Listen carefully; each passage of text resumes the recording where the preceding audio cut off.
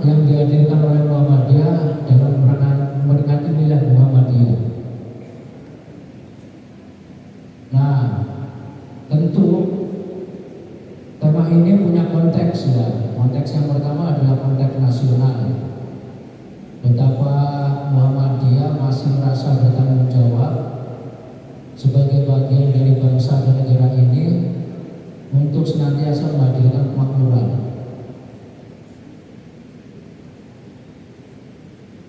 Tetapi kalau saya, meskipun saya aktivis Muhammadiyah, bagian dari pleno PWM, pertanyaan saya itu selalu dibalik. Jadi pakai mafhum mukhalafahnya.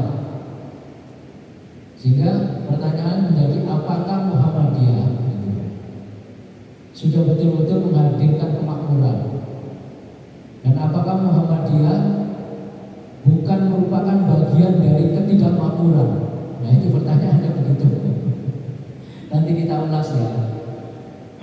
Ya, sambil sedikit otokritik juga ke dalam, supaya cara kita memahami agama dan cara kita beragama dan bermuhammadiyah itu juga semakin meningkat. Jadi jangan sampai kemudian cara beragama kita juga stagnan atau jumud, tapi sedikit demi sedikit itu harus ditingkatkan. Oleh karena itu otokritik menjadi penting. Saya mau mulai dari cerita dulu. Jadi yang pertama tentu bahwa tema menghadirkan kemakmuran bersama yang adalah tema penting dari Milad Muhammadiyah. Ini dihadirkan di mana-mana. Kemudian yang kedua, Bapak Ibu sekalian, karena kita berada dalam hidup di Provinsi Jawa Tengah, konteks regional itu juga perlu dibaca. Kita ini semuanya berada di Jawa Tengah, maka apa yang terjadi di Jawa Tengah yang terkait dengan kemakmuran ini? Saya sekitar setengah bulan lalu itu diundang oleh Pak Lutfi, gubernur terpilih, dengan beberapa rektor di Jawa Tengah. Rektor Unimus tidak ada, berarti tidak diundang. Ada rektor Undip, ada rektor UNS, salah duanya yang datang. Nah, apa tujuan Pak Lutfi mendatangkan beberapa rektor di Jawa Tengah? Itu beliau ingin mendengarkan tentang apa yang bisa kita kontribusikan, minimal secara pikiran, sumbang pikir dari para rektor terkait dengan bagaimana pembangunan Jawa Tengah akan dilakukan dalam satu periode ke depan. Nah, maka kalau kita ingin meningkatkan sesuatu, pasti kita harus punya baseline, kan seperti itu. Baseline-nya itu adalah hasil pembangunan periode sebelumnya. Ada hasil yang menggembirakan, Bapak Ibu sekalian, Jawa Tengah itu dalam hal pembangunan. Yang pertama, indeks demokrasi Jawa Tengah itu nilainya 84. Itu luar biasa tinggi itu. Kalau besok-besok masih nilai 84 itu amin itu. Kalau tambah 1 poin 85 sudah nilai A. Yang pertama, indeks demokrasinya 84. Kemudian yang kedua, indeks kerukunan Jawa Tengah itu nilainya 77. Itu juga relatif tinggi. Tapi coba kita lihat sisi yang masih gelap. Ini para mahasiswa pakai tema Indonesia gelap. Kita lihat sisi gelapnya Jawa Tengah kan gitu, yang perlu kita cerahkan. Yang pertama, saya soroti yang terkait dengan sumber daya manusia saja ya. Nah, karena sumber daya manusia kemudian diukur itu menjadi indeks pembangunan sumber daya manusia, itu variabelnya ada 3. 1 pendidikan, 2 kesehatan, yang ketiga kesejahteraan atau ekonomi. Bagaimana yang pendidikan?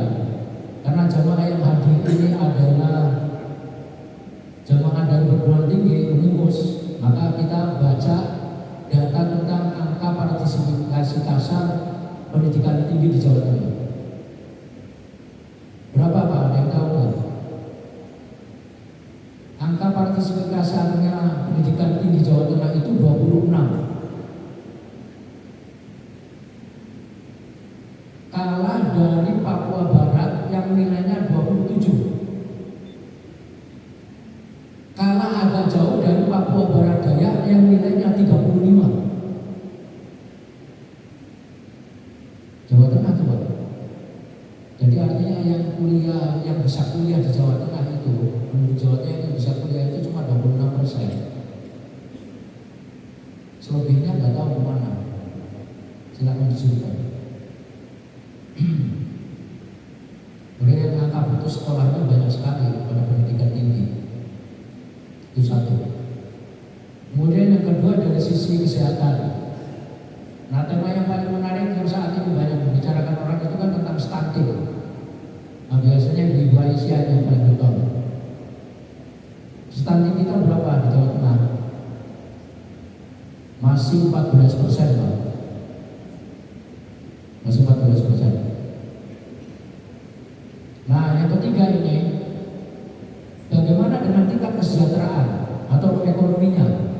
Cara mengukurnya juga mudah, yaitu dari upah minimum regional. Upah minimum regional di Jawa Tengah itu menempati ranking keempat dari bawah se-Indonesia. Indonesia itu, Bapak Ibu sekalian. Jadi kita kalau melihat dari sisi itu, sisi gelapnya, sebetulnya sumber daya manusianya Jawa Tengah itu nggak bagus-bagus banget gitu. Masih banyak pekerjaan rumah. Jadi angka partisipasi kasar pendidikan tinggi rendah, upah minimum regional juga terendah keempat, kemudian tingkat stuntingnya juga masih 14%.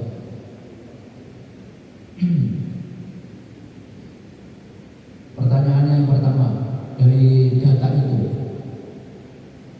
kan kalau kita belajar secara teori, mestinya indeks semakin demokratis sebuah bangsa,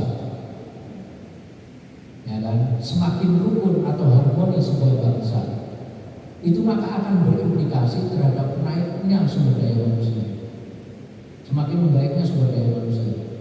Nah, di Jawa Tengah ini ada anomali, indeks demokrasi bagus, indeks kerukunan bagus, tapi tidak berimplikasi terhadap meningkatnya sumber daya manusia. Ini problem.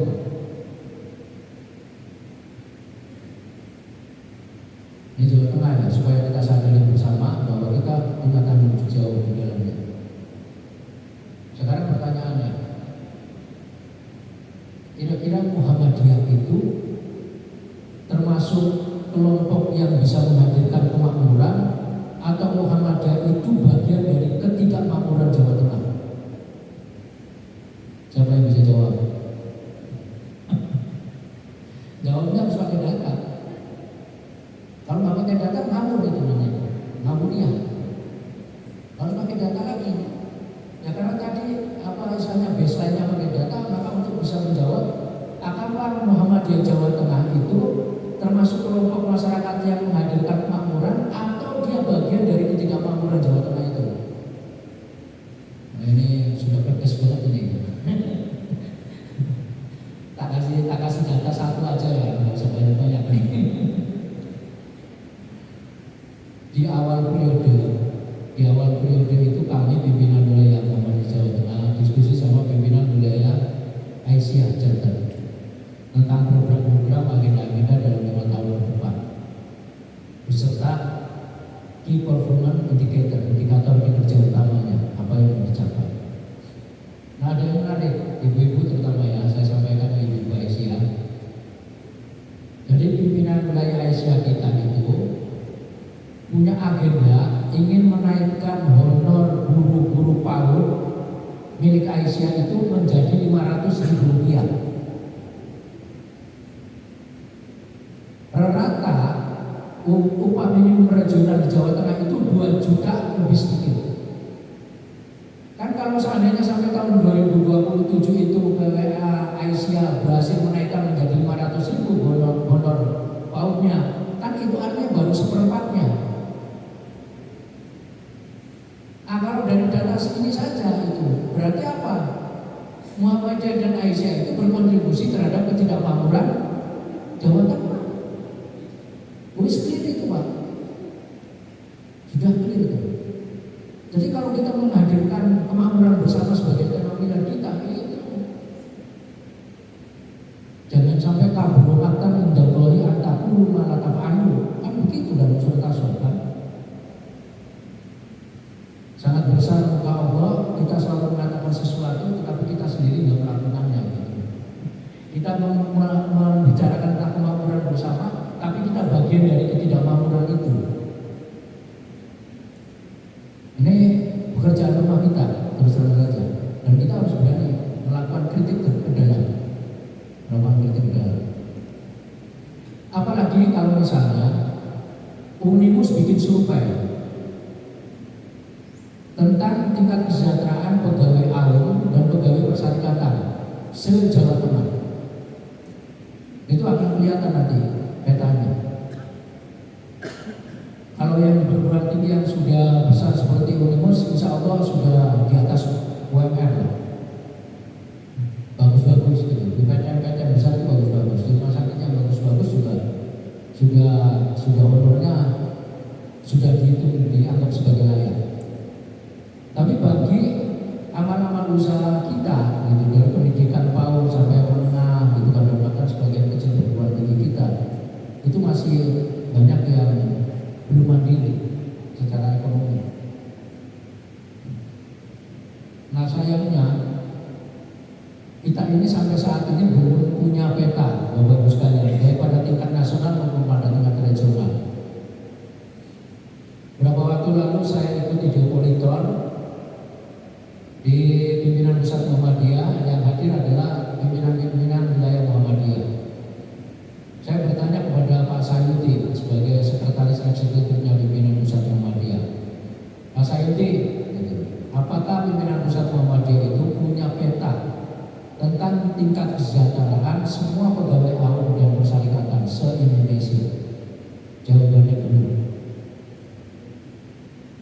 Karena Bapak Ibu sekalian, kalau kita mau meningkatkan kesejahteraan pegawai AUM dan persyarikatan, ya petanya harus jelas.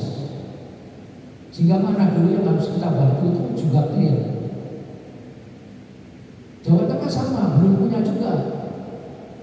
Padahal bisa bayangkan Jawa Tengah ini coba lazismunya itu, Bapak Ibu sekalian, itu kan serba terbaik. Pengumpulan terbanyak, itu dan distribusi juga demikian. Jangan Pak sodako kita itu ya, lazisme itu terbaik. Sejauh Tengah sampai se-Indonesia sampai saat ini secara berturut-turut belum pernah ada yang mengalahkan.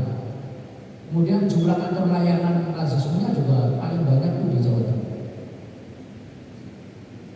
Nah nanti akan kita refleksikan ya sembari pelan-pelan. Tapi mulai dari pertanyaan kritis supaya tingkat keimanan kita itu harus bisa meningkat. Jangan ada yang salah dari cara beragama kita yang terkait dengan ini. Padahal kata Allah Subhanahu wa taala dalam surat Hud ayat 61, inna ansa'nakum minal ardi wastama'nakum fiha.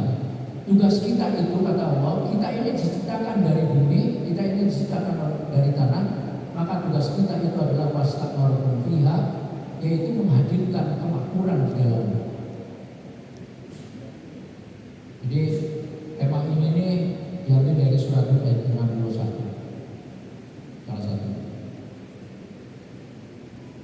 Kalau kita tarik pada konteks yang lebih kecil, masjid, itu kan ada ayat innama ya'muru masajidallah ilal akhir. Kata amaro ya'muru,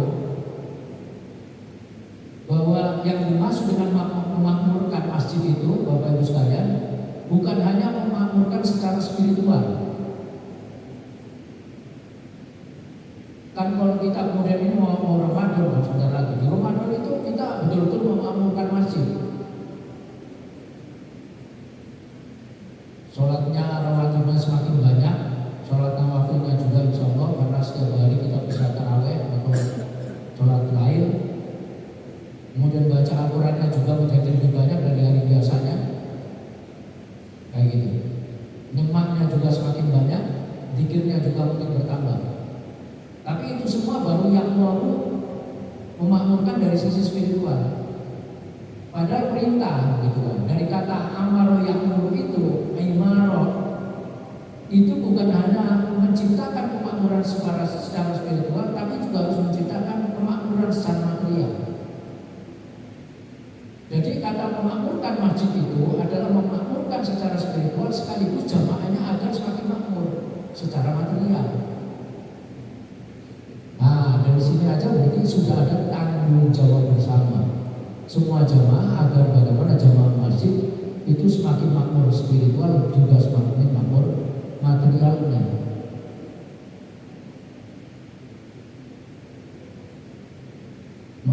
Takmir masjid itu kalau ditanya seringkali nggak bisa jawab, padahal pertanyaannya sederhana. Ini yang menjadi muzaki, yang ngasih zakat fitrah pada tahun ini itu dibandingkan dengan tahun yang kemarin lebih banyak mana? Banyak takmir itu yang nggak punya data itu. Padahal dari data itu saja kan kita bisa mendeteksi kira-kira jamaah jamaah kita itu semakin makmur apa enggak sih? Kalau jumlah muzaki yang bertambah, insya Allah semakin makmur. Kalau kemudian jumlah mustahiknya yang bertambah, kalau jumlah mustahiknya bertambah, ada kemakmuran apa ketidakmakmuran? Tidak makmur kan? Nah iya. Makanya yang nanti mendata zakat fitrah itu ya dicatat betul. Ada pertumbuhan jumlah muzaki atau yang tumbuh itu jumlah mustahiknya. Salah satunya itu. Jadi deteksi itu.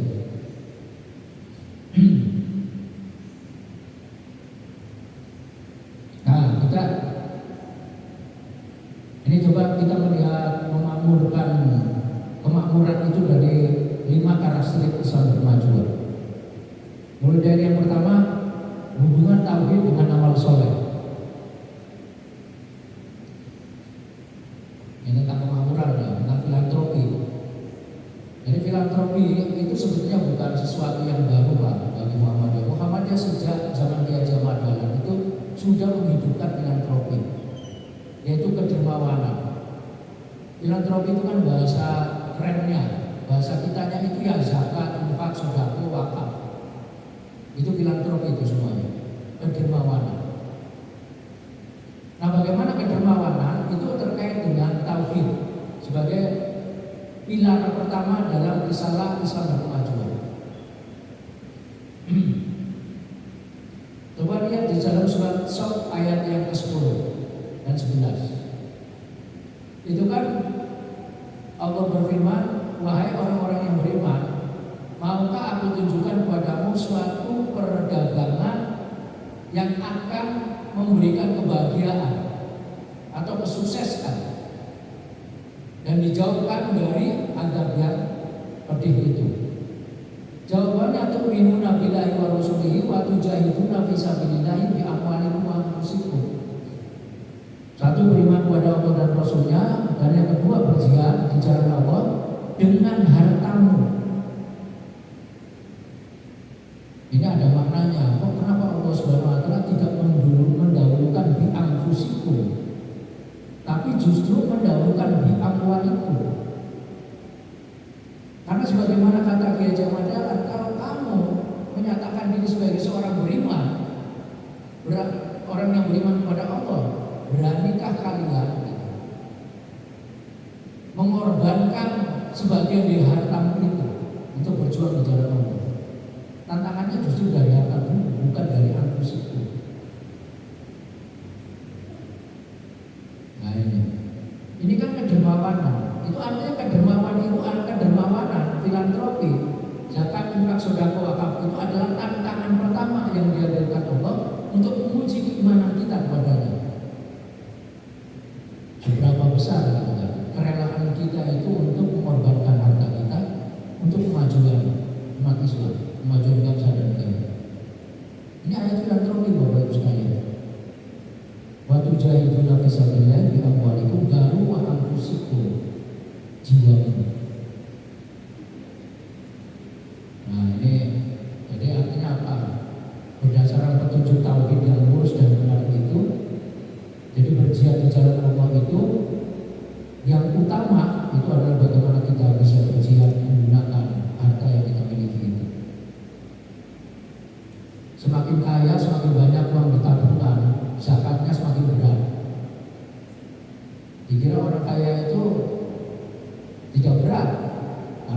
keluarkan juga akan terasa besar, Pak. Kalau kita punya tabungan 1 tahun, haul 1 miliar misalnya, itu zakatnya udah berapa? 25 juta. Tinggal dikalikan saja kan 2,5%. Semakin bertambah gitu kan harta kekayaan kita, maka diambil 2,5% per tahun itu zakat mal ya akan semakin kelihatan besarnya. Dan itu terasa berat gitu, bagi yang tidak terbiasa. Belum lagi zakat-zakat yang lain. Tapi Allah Subhanahu wa taala memberikan janji dalam surat An-Nahl yang 97. Barang siapa yang beramal soleh, salah satunya adalah filantropi itu, apakah dia laki-laki atau perempuan, wa huwa mu'minun, dasarnya adalah iman. Itu artinya begitu, artinya begini Bapak Ibu sekalian, meskipun kita lomo, suka memberi, gitu kan, tapi kalau tidak didasari dengan dasar tauhid dan iman, maka di mata Allah Subhanahu wa taala tidak punya makna apapun. Bill Gates itu kalau memberikan filantropi jumlahnya bukan hanya miliaran, Pak. Dia tuh masih filantropi sampai triliun. Tapi apakah dia wa mu'minun? Nah, dasarnya itu tauhidnya penting juga. Jadi amal soleh kita, filantropi kita, dermawannya kita itu harus didasari pada tauhid yang benar. Jadi artinya ya sebesar apapun gitu kan, derma yang kita berikan kalau kemudian tidak landasi pada tauhid dan iman, maka di mata Allah itu tidak ada gunanya, tidak bermanfaat. Nah, tapi kalau kemudian dasarnya iman, maka kedermawanan kita itu akan dibalas. Walanadziyannahum ajrahum bi ahsani ma kanu ya'malun.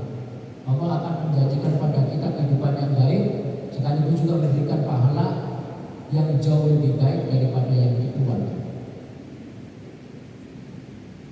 Ini besar. Menurut Islam berkemajuan berarti filantropi itu punya dasar yang sangat kokoh karena dia adalah tantangan dari ujian keimanan dengan berjihad mengorbankan harta yang kita miliki.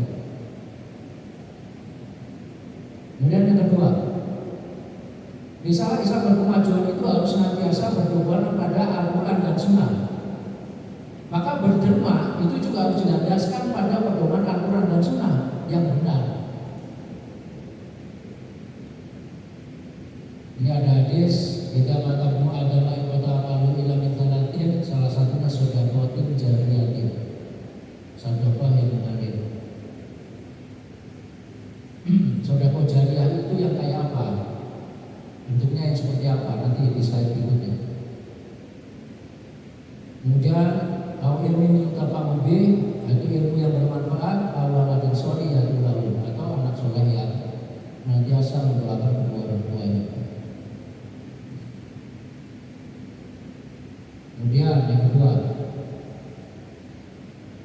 kalau kamu ditanya bagaimana cara kita berinfak yang benar, dijawab oleh Allah, qul ma anfaqtum min khair falil walidaini. Infak yang benar itu utamakan dari yang paling terdekat dari kita, yaitu al-walidain, orang tua. Baru al-aqrabin, yaitu kerabat kita, Bapak Ibu sekalian. Dan sakitul wal yatama dan seterusnya.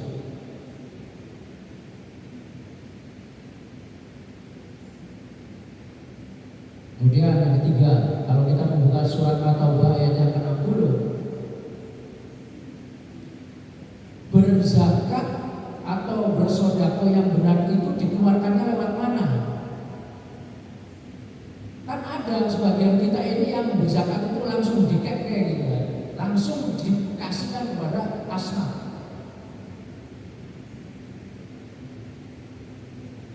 Cara yang benar menurut surat At-Taubah ayat yang ke-60 itu harus lewat amin. Maka di situ apa? Harus ada manajemen zakat. Jadi panjenengan itu kalau mengeluarkan zakat itu jangan dikeluarkan langsung dan diberikan kepada asnaf. Yang benar itu lewat amin.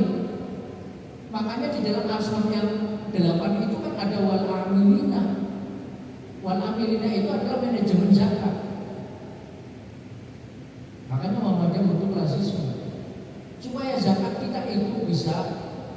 dikoleksi dengan benar dan didistribusikan dengan benar. Nah itu ya sudah lumayan, sekarang ini orang sudah lumayan meningkat Pak, yang berzakat ke lembaga-lembaga zakat. Kalau dulu zaman-zaman dulu masih semerawut betul itu, orang berzakat banyak yang langsung dikeluarkan dan diberikan kepada apa istilahnya asnaf. Ada bahkan yang zakatnya itu diberikan ke kiainya, kan gitu. Apalagi kiai yang punya pondokan, kiai yang punya pondokan biasanya mampu secara ekonomi, tapi dikasih zakat juga, kan gitu. Itu kan. Ini jadi cara kita berzakat berderma itu harus sesuai dengan pedoman Al-Quran dan Sunnah, yaitu dengan melalui amil, petugas amil itu. Dan menjadi petugas amil itu jangan gengsi, karena SK-nya langsung dari Allah Subhanahu wa taala. Itu surat At-Taubah ayat 60. Gitu. Kalau jadi pengurus lazismu ya SK-nya double, surat At-Taubah ayat 60 plus sama SK dari lazismu pusat, kan gitu.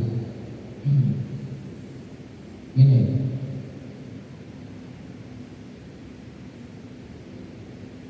Nah, yang ketiga, kan dalam risalah Islam berkemajuan, pilar yang ketiga itu ijtihad dan tajdid.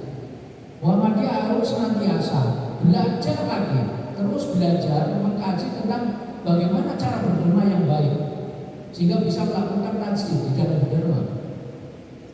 Ini tak gambarkan gambar yang paling sederhana dengan segitiga ini. Zakat, wakaf dan infak itu sebaiknya diorganisir seperti ini dalam segitiga ini. Saya bikin ilustrasi dulu. Saya punya mobil.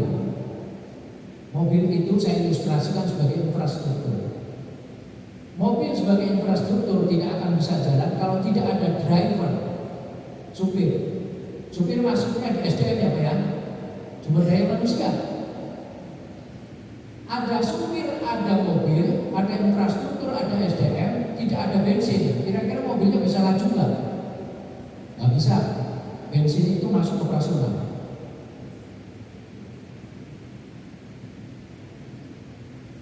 Tugas wakaf itu adalah membangun infrastruktur, sementara zakat itu membangun sumber daya manusia, dan infak itu adalah untuk operasional. Nah, sekarang kita masuk ke contoh konkret gimana menerapkan 3 hal ini di dalam membangun amal usaha Muhammadiyah. Satu, Bapak Ibu sekalian, jadi wakaf yang kita lakukan itu Bapak Ibu sekalian, itu harus diorganisir juga. Terus terang saja kalau lazismu itu sudah ada kemajuan yang sangat berarti. Saya ingat betul ketika tahun 2015 saya menjadi salah satu dewan syariah di lazismu pimpinan pusat. Kami itu memulai dari 157 kantor layanan lazismu se-Indonesia Pak, tahun 2015. Begitu kami selesai 7 tahun di tahun 2022, karena kabarnya gubernur ada COVID itu. Setelah 7 tahun itu berkembang Pak, kantor layanan lazismunya se-Indonesia itu lebih dari 850. Mungkin sekarang lebih dari itu lagi. Lazim itu cuma baik, tetapi coba lihat majelis wakaf. Majelis wakaf kita itu rata masih sangat menyedihkan. Kerjanya sambilan, tidak punya eksekutif. Makanya ya wajar kalau wakaf di Muhammadiyah dan Aisyah itu kemudian banyak yang nganggur. Nah, ketika pengajian di PP dulu sudah 5 tahun yang lalu, saya sudah pernah menyampaikan juga supaya majelis wakaf itu nanti di Muktamar 48 itu diberi wewenang untuk mengangkat eksekutif seperti lazismu. Lazismu itu kan ada pembinanya yang dari unsur KWM kalau di wilayah, tapi dia punya dewan eksekutif. Nah, sebenarnya wakaf itu juga punya dewan eksekutif, karena wakaf kita itu sesungguhnya punya peluang yang bisa lebih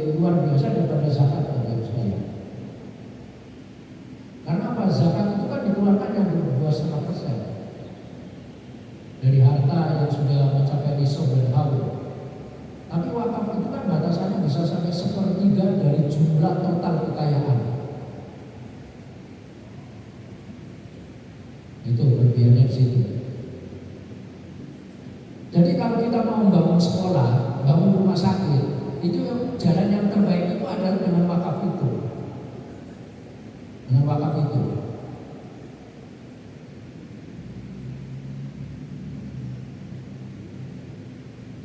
Bangun sekolah harus dengan wakaf.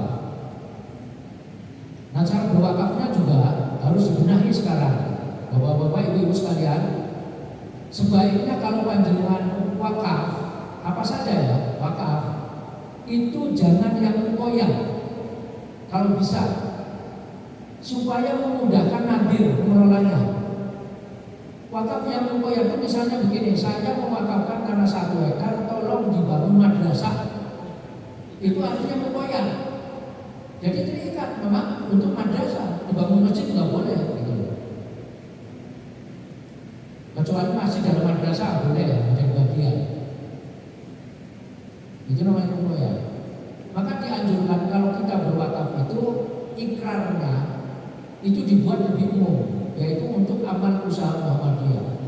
Jika tanahnya mau ditanami sengon supaya produktif boleh, gitu kan. Ditanami padi juga boleh, mau dibikin toko boleh, mau dibikin sekolah boleh, masjid boleh, mau dibikin SPBU boleh, mau dibikin kos-kosan boleh, mau dibikin mall juga boleh.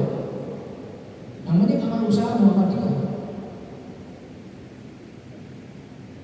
Nah, cara kita berwakaf saat ini itu kan juga masih agak konvensional, karena kok kayak wabuman ya, tanah wakaf dibangun kos-kosan gitu. Tanah wakaf dibangun apartemen. Lagi wakaf bangun masjid, wakaf lagi bangun madrasah.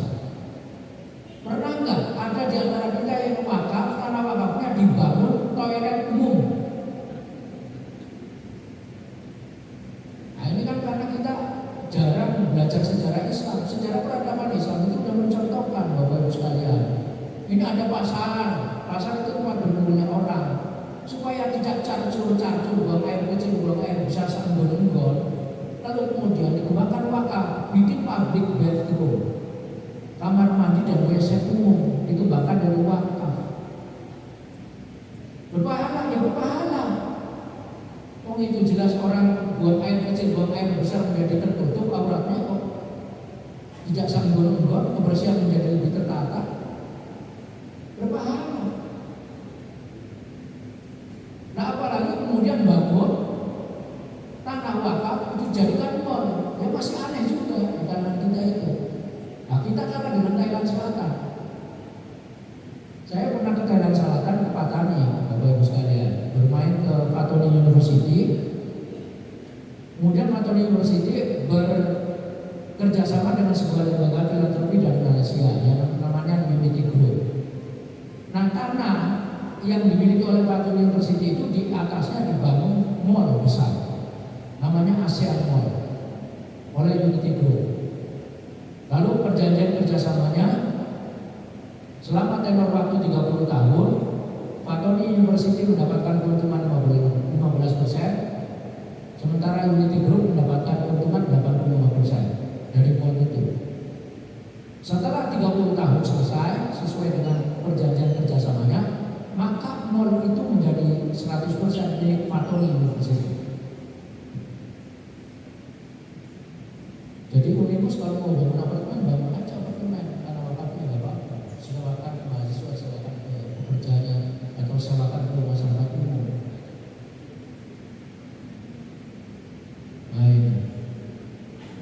Nah, kita ini kan karena mungkin keterbatasan nadirnya, ada tanah wakaf nggak bisa digunakan, Pak. Nah, kalau tanah wakafnya digubur kira-kira menjadi sedekah jariah enggak? Ya tidak. Jadi wakafnya jadi wakaf betul, berhenti, nggak mengalir. Yang dosa siapa? Nadirnya. Yang diberikan, yang dipasrahi, yang diberi amanat untuk mengelola, tapi tidak dikelola. Maka sesungguhnya Bapak Ibu sekalian, yang namanya wakaf itu wajib produktif. Makanya saya agak kurang setuju istilah wakaf produktif itu, nggak setuju saya. Karena wakaf harus produktif Pak. Sesuai dengan hadis Nabi-nya, ahbis aslahu pada sodak tarohu. Harta asal dari wakaf itu nggak boleh berubah, tahan dia, makanya disebut sebagai wakaf. Yang wakafnya di sininya, harta asalnya nggak boleh berkurang. Tetapi wata sodak tarohu yang disedekahkan, yang didistribusikan untuk kesejahteraan itu adalah hasilnya, produksinya. Maka wakaf itu pada dirinya sendiri disebut produktif. Ya kalau wakaf kemudian tidak produktif itu namanya wakaf, berhenti, nggak ada sedekah jariahnya. Jadi namanya wakaf itu Bapak harus diproduktifkan sehingga menghasilkan. Nah, hasilnya itu yang menjadi pahala buat yang menyedekahkannya itu, yang telah memberikannya pada si wakafnya itu. Nah ini jadi jangan sampai kemudian kita punya bangunan tanah wakaf yang nganggur, semuanya harus menjadi produktif. Maka di sini diperlukan ada eksekutif majelis wakaf yang dia memang sudah pekerjaannya mengelola wakaf itu, mengelola wakaf itu. Kayak ini ilustrasi kedua, kita sudah punya sekolah nih. Sekolah sudah ada dibangun gitu kan, dengan wakaf. Kan dibutuhkan sumber daya manusia, ada kepala sekolah, ada guru, ada penjaga sekolah, ada OB, cleaning service dan macam-macam.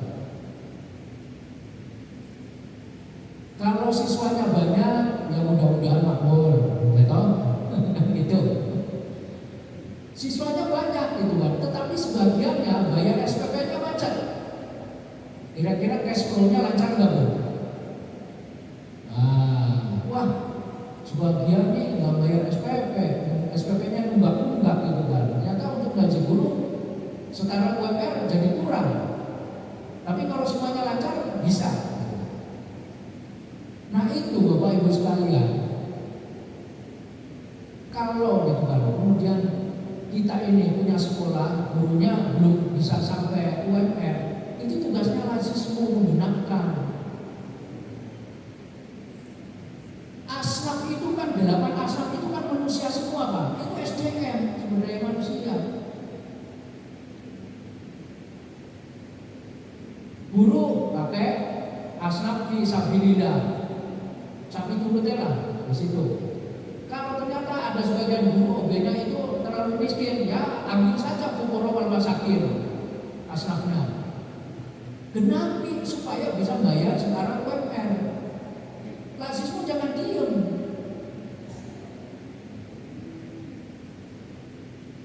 Terus yang kedua, Pak gimana kalau kita dapat ini banyak siswa yang SPP-nya macet, bahkan ada yang berbulan-bulan, ditagih terus enggak? Ya jangan ditagih terus, kasihan. Apalagi yang ditagih anaknya. Kadang-kadang itu anak malu, Bapak Ibu sekalian. Wong ini sudah ada banyak contoh di berita-berita itu. Anak bunuh diri karena tidak bisa iuran keterampilan. Bayar SPP-nya macet, nunggak bulan-bulan, diboyoi karo kancane, isin. Mahasiswa jangan diam, tutupi utang SPP itu dengan asal gorin orang berhutang. Pemenang mahasiswa pemenang melihat ada SPP nunggak kok diem saja, itu artinya bagian dari asal gorin. Kan gitu. SDM Pak, zakat. Nah kemudian di sekolah ini kan ada ATK, ada kebutuhan alat untuk bersih-bersih macam-macam, itu kan operasional semua. Itu ada di infak. Karena infak itu yang lebih fleksibel pembentukannya. Coba kalau 3 ini kemudian kita fungsikan secara bersama-sama dan kolaboratif, maka zakat, wakaf dan infak itu akan membuatkan kita menjadi manusia yang mandiri. Muhammadiyah pasti akan semakin mandiri. Salah satu kelemahan kita dalam pengelolaan AUN sampai saat ini itu adalah bahwa AUN itu tidak dibentengi dan tidak dipagari dengan lembaga wakaf yang bagus, pengelolaan wakaf yang bagus. Rasismenya sudah bagus, tapi wakafnya nggak bergerak. Bapak Ibu sekalian, saya kasih contoh misalnya sekolah kayak Al-Azhar itu mengapa bisa memberikan beasiswa kepada banyak mahasiswa internasional? Itu bukan karena dapat sumbangan dari pemerintahnya. Ya, memang ada sumbangan. Tetapi karena Al-Azhar bisa menghidupkan wakaf yang mereka terima dan kelola dengan sebaik-baiknya, sehingga dia bisa memberikan beasiswa yang cukup banyak kepada mahasiswa internasional. Saya punya teman mengelola sebuah pesantren. Menarik Pak, saya tanya pada dia, Pak Yai, ini panjenengan itu mengelola pesantren ini, biaya per anak itu kalau dihitung berapa? Bayar SPP-nya per bulan, kata dia 1,5 juta. Tapi ternyata semua siswa yang masuk di pesantren itu hanya membayar 900.000 rupiah. Jadi 600 ribunya itu disubsidi Bapak Ibu sekalian. Dari mana? Mengelola zakat, infak dan wakafnya dikelola dengan bagus. Jadi siswanya tak kaya tak miskin itu bayarnya cuma 900.000 rupiah di pesantren itu. Karena yang 600 ribunya itu ditutup dari wakaf, zakat dan infak yang dikelola dengan bagus. Coba kalau sekolah-sekolah kemudian ditopang dengan lembaga lazis yang bagus, wakafnya jalan gitu. Gak ada lagi cerita honor tahun bawah 500.000. Ini tanggung jawab kita menghadirkan makmuran Bapak Ibu sekalian. Bahwa ternyata PR-nya Muhammadiyah masih gede, ya, masih besar. Makanya jangan merasa bangga juga kalau ada orang yang mengatakan asetnya Muhammadiyah 400 triliun. Nah, kira-kira 400 triliun itu berdampak tidak terhadap naiknya kesejahteraan? Jadi pertanyaannya begini, saya kelas itu sering ngomong begini, Lazim Jawa Tengah itu kan serba terbaik di Indonesia, dari pengelolaan sampai distribusi. Pertanyaannya apakah distribusi zakatnya yang dikumpulkan oleh Lazim itu berdampak terhadap semakin meningkatnya kesejahteraan pegawai persyarikatan dan kaum? Kalau tanya apa jawab pertanyaan saya satu ini? Nggak ada yang bisa jawab Bapak Ibu sekalian. Nah padahal gitu. Coba lihat di ayat ini ya. Mana tadi? Di ayat yang ini Al-Baqarah 215. Padahal kalau kita mau memberikan zakat atau infak itu yang terbaik itu dari yang terdekat dulu. Walidaini wal aqrabin. Loh itu pegawai persyarikatan dan kaum itu kerabat kita. Bagian dari keluarga besar Muhammadiyah diutamakan karena dia bagian dari al-aqrabin. Diutamakan, jadi distribusinya lazisme itu diutamakan bagaimana kemudian aqrabin ini kerabat-kerabat kita yang menjadi pegawai awam dan persyarikatan itu menjadi lebih sejahtera. Nah itu baru distribusi yang berdampak. Nah kalau 1 tahun bisa mengumpulkan sekian miliar nggak berdampak terhadap naiknya kesejahteraan ya. Nah gimana? Allah mengatakan bahwa ini adalah instrumen yang sudah disediakan untuk meningkatkan kehidupan. Nggak terjadi. Nah karena kita tidak pernah mau mengukur diri. Nah, tidak mau pernah mengukur diri kira-kira nih. Kan kalau ada petanya Pak, peta tentang tingkat kesejahteraan, kita bisa itu memilih oke mana dulu. Kalau misalnya wilayah termiskin itu di Jawa Tengah itu ada hubungan sama Kabupaten Brebes. Utamakan 2 kabupaten dulu itu yang tergolong termiskin di Jawa Tengah. Paling rendah itu hubungan, yang keduanya Brebes. Maka kemudian distribusi zakat, coba angkatlah gitu tingkat kesejahteraan guru-guru kita di 2 kabupaten itu. Kan clear karena ada petanya. Kalau bisa by name by address, nah gitu, sehingga berdampak. Nah ini, nah kemudian yang berikutnya, pilar yang keempat di dalam risalah Islam kemajuan itu adalah wasatiyah. Bagaimana kita berderma, berfilantropi dengan asas wasatiyah? Ini ada ayatnya. Saya nukilkan 2 saja. Mengapa Al-Quran itu memerintahkan kita agar berzakat, berinfak dan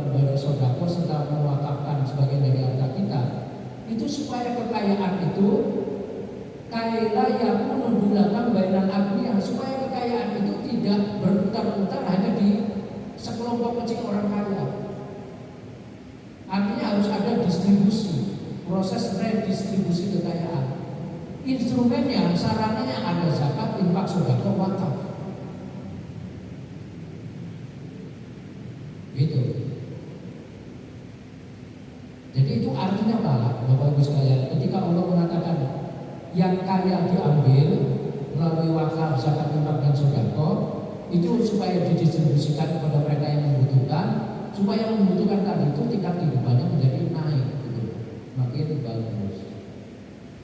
Karena bagaimanapun tingkat kesejahteraan itu terkait dengan tingkat keimanan. Orang yang fakir itu jauh lebih dekat kepada kekufuran. Kadal fakir ayatuna kufur, orang miskin itu dekat dengan kufur. Jadi kalau kita meningkatkan tingkat kesejahteraan para pegawai awam dan persyarikatan, itu sama dengan menjauhkan mereka dari kekufuran.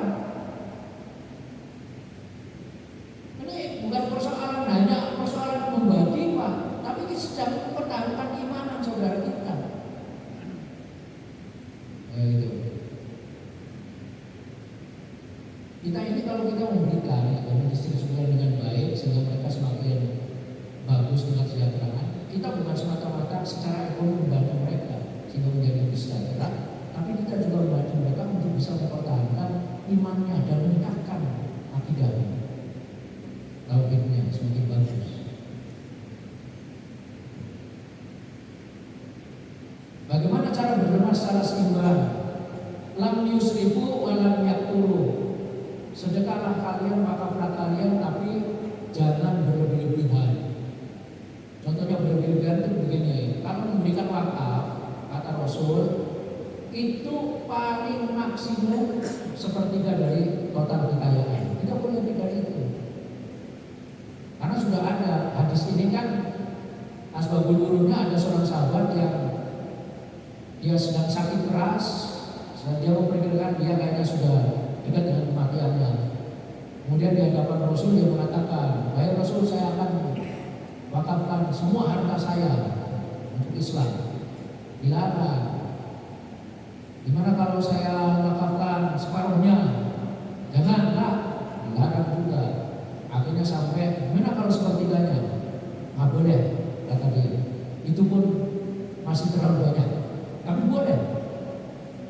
Nah, baru kemudian sambil di penutup hadisnya itu Rasul mengatakan, meninggalkan anak-anakmu dalam keadaan kaya atau berkecukupan itu jauh lebih baik daripada meninggalkan anakmu dalam keadaan miskin, karena kamu berwakaf sebelum harta. Kayak gitu. Maka itu jangan berlebihan. Sama Bapak Ibu sekalian, ketika kita berinfak, sedikit lagi.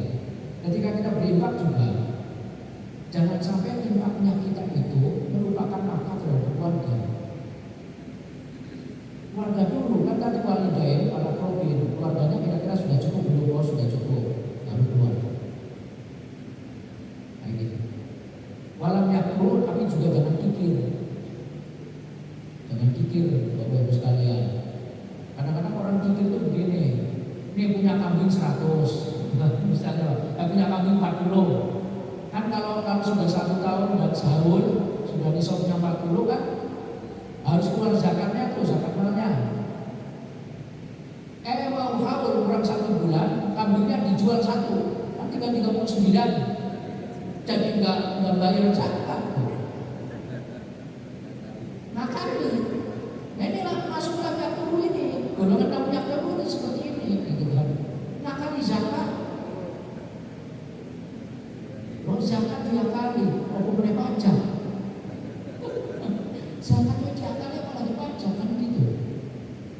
Nah, luar biasa, jangan sampai begitu. Itu yang disebut sebagai wasatiyah. Dan yang terakhir, filantropi kita itu adalah tujuannya untuk kemaslahatan umum.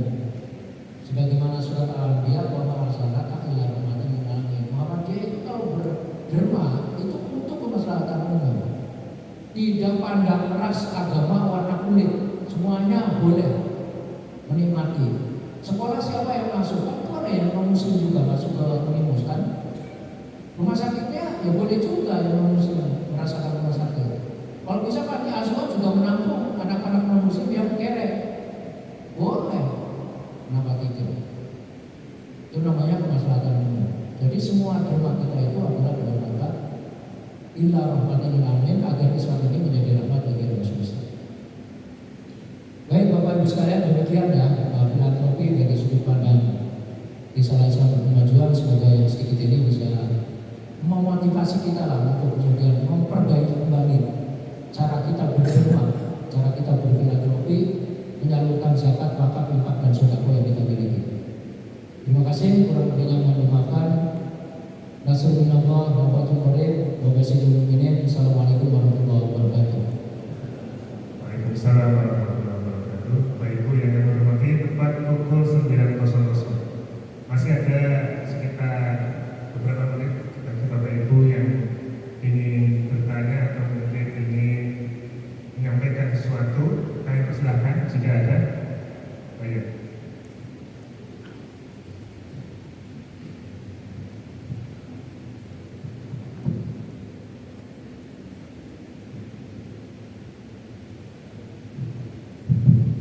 Assalamualaikum warahmatullahi wabarakatuh. Terima kasih Prof atas paparannya yang luar biasa sekali. Saya izin tanya Prof, ada sedikit hal yang mengganjal dalam hati saya ini Prof. Banyak di kalangan kita maupun masyarakat itu menganggap atau berpandangan bahwa zakat itu harus mencapai nisabnya dalam 1 tahun. Kalau nisabnya itu kan sekitar 85 gram emas gitu. Nah itu kalau dirupiahkan mungkin sekitar, tadi saya hitung itu kalau kursnya sekarang itu sekitar 140 berapa juta itu. Sehingga apa yang terjadi Prof, jadi banyak di kalangan kita maupun masyarakat itu enggan untuk membayar zakat ya.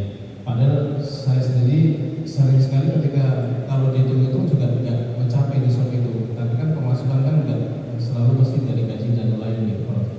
Nah yang ingin saya tanyakan, bagaimana menyikapi ini Prof?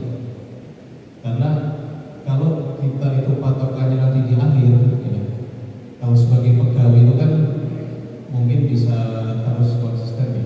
Tapi kalau di akhir memang kadang berat, sehingga lebih mudahnya itu potong gaji, hingga akan memudahkan kita dalam membayar zakat.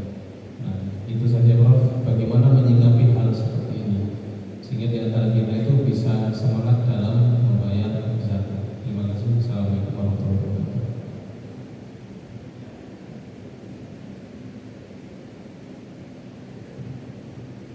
Baik. Jadi kalau zakat fitri itu relatif ringan ya, relatif ringan, tidak masalah. Memang yang banyak masalah itu ketika membayar zakat mal. Membayar zakat mal tentu nisab tahun itu penting untuk diperhatikan. Nah, tetapi bagaimana? Ya, karena Anda bekerja di Unimus ini kan profesi kan gitu, profesi. Nah, kalau yang profesi seperti apa? Jadi ada sandaran yang mengatakan demikian. Jadi untuk mengukur zakat profesi itu yaitu pada dalil yaumah hasodi. Jadi sandarannya itu adalah pada zakat pertanian. Zakat pertanian itu kan dibayar pada saat panennya. Maka kemudian sandaran malnya itu ya sama dengan zakat pertanian itu. Gitu. Nah maka kalau kemudian zakat profesi itu yaumah hasodinya itu di akhir bulan atau di awal bulan, ya maka pada saat itulah dikeluarkan 2,5%-nya. Jadi tidak harus menunggu sampai haul 1 tahun. Karena analoginya kepada zakat pertanian itu. Jadi di mana Anda mendapatkan panen dari profesi Anda, maka pada saat itulah dibayarkan zakatnya. Kayak gitu.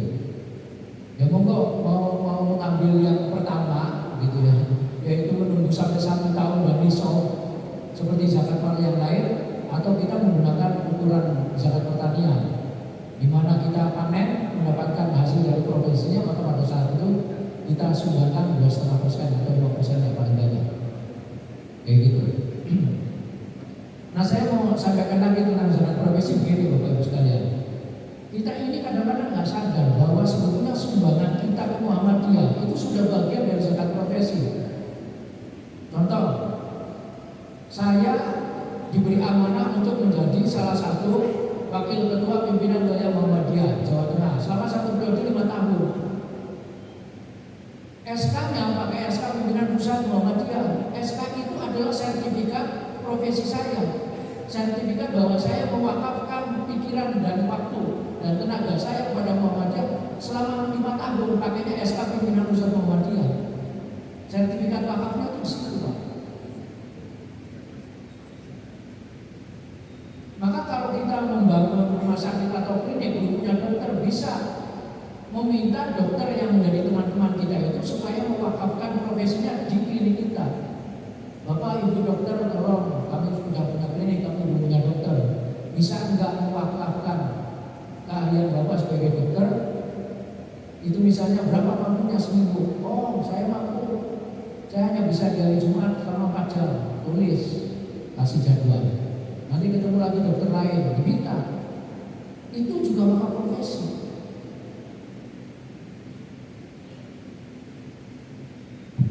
Nah, ini penting nih. Jarang diketahui yang seperti ini. Padahal kita yang aktif di Muhammadiyah sebagai prasyarikatan saja itu kan sudah merupakan wakaf profesi karena kita punya keahlian khusus yang dibutuhkan. Beda kalau bapak-bapak, ibu-ibu yang diangkat sebagai rektor dan wakil rektor, kalau itu bukan wakaf profesi, karena dibayar. Nah, karena dibayar, gitu kan. Tapi kalau kemudian di luar yang dibayar itu mewakafkan diri menjadi pengurus majelis, lembaga dan sebagainya, itu bisa menjadi bagian dari wakaf profesi itu. Cuma kita kadang tidak sadar kalau itu sebetulnya sudah wakaf. Wakaf profesi kita punya keahlian yang bisa disumbangkan. Untuk apa? Memimpin, menggerakkan organisasi, Muhammadiyah, Aisyah, Portom dan lain sebagainya. Insya Allah lah Pak, panjenengan itu insya Allah kayaknya sudah pernah wakaf semua deh, termasuk wakaf profesi. Ya pada tingkatan masing-masing, mungkin ada yang jadi ketua PRM, ya nggak apa-apa. Ketua PRM itu menjadi penting kok. Justru yang paling penting itu menjadi ketua pimpinan ranting dan cabang. Karena di situ basis grassroots-nya ada di situ. Ngurusi jamaah betul. Nah, saya meskipun wakil ketua PWM, sampai saya di kampung itu ketua takmir masjid Pak, ngurusi jamaah. Nah, gitu. Nah, itu wakaf juga Pak. Jadi takmir jamaah, nah, gitu. Ya semoga kemudian menjadi amal soleh kita semua. Amin. Jadi begitu ya, artinya dalam zakat yang terkait dengan profesi bisa menyandarkan pada zakat mal pada umumnya yang menghitung nisab dan haul, tapi bisa juga kita bersandar pada zakat pertanian, di mana membayarnya itu adalah sesuai dengan hari panennya. Jadi pas gajiannya kapan? Gitu. Kemudian nisabnya itu adalah yang ukurannya sama dengan zakat pertanian itu. Jadi jangan diukur pakai nisab yang zakat mal, mungkin terlalu banyak. Kalau kita mau analoginya ke analogi zakat pertanian, ya harus konsisten di zakat pertanian. Kemudian saya kira yang bisa